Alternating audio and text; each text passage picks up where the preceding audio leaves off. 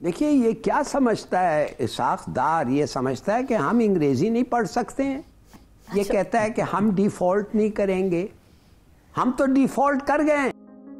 बिस्मिल्लाहिर्रहमानिर्रहीम, अस्सलाम वालेकुम। मेरे इस चैनल में खुश आमदीद।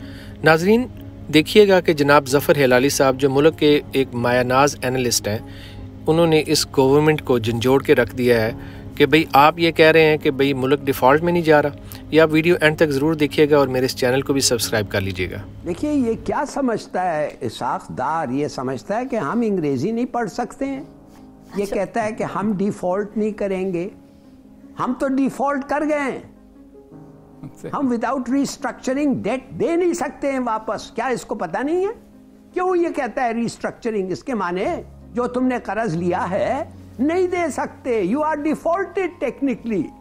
अब आप जा रहे हैं, ढूंढ रहे हैं रिस्ट्रक्चर करो, रिस्ट्रक्चर करो। देखिए सीधी सादी बात है, और क्या करेगा? $1 लाख से ज्यादा आप किसी चीज को इंपोर्ट नहीं कर सकते थे 2-3 महीने तक।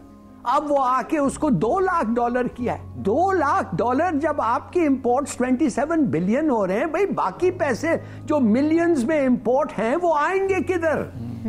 और इस मुल्क में industrial raw materials millions billions में इंपोर्ट होते हैं, वो कैसे होंगे? आप तो you have already defaulted. Debt आपका क्या है आपको पता है? 80% ऑफ जीडीपी। बिल्कुल। डेट सर्विसिंग रुपीस में 5 ट्रिलियन रुपया है। 5 ट्रिलियन। हर चीज आपने कोशिश कर ली है। ये क्या कहते हैं, you have tried everything. Devaluation, high interest rate, failure to meet the tax target. क्या क्या क्या कर सकते हैं? और अच्छा नाजरीन, मैं अपना तज़िया थोड़ा सा पेश करना चाहूँगा। जब इसहाक डार साहब की वो तकरीर मैंने सुनी थी, मैंने शेयर भी की थी, मैं उसका लिंक यहाँ पे दे देता हूँ, आप दोबारा वो देख सकते हैं। उन्होंने किसी भी जगह पे ये नहीं कहा था कि भाई पाकिस्तान की जो मौजूदा सूरत हाल है वो डिफ़ॉल्ट की तरफ नहीं जा रही। बस उन्होंने ये कहा था, जहाँ तक मैंने सुना, कि भाई जो मुल्क है वो कभी डिफ़ॉल्ट नहीं हो सकता।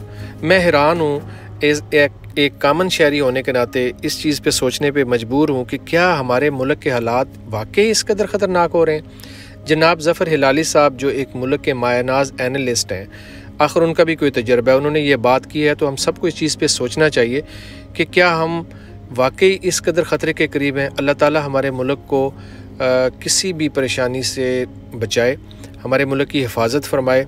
हम सब इसके ऊपर बहुत परेशान हैं कि मुल्क के जो हालात हैं वो किस तरफ जा रहे हैं। तो आप अपनी राय ज़रूर दीजिएगा, कमेंट्स कीजिएगा, और मेरे जाते जाते मेरे इस चैनल को सब्सक्राइब कर लें। अल्लाह हाफ़िज़।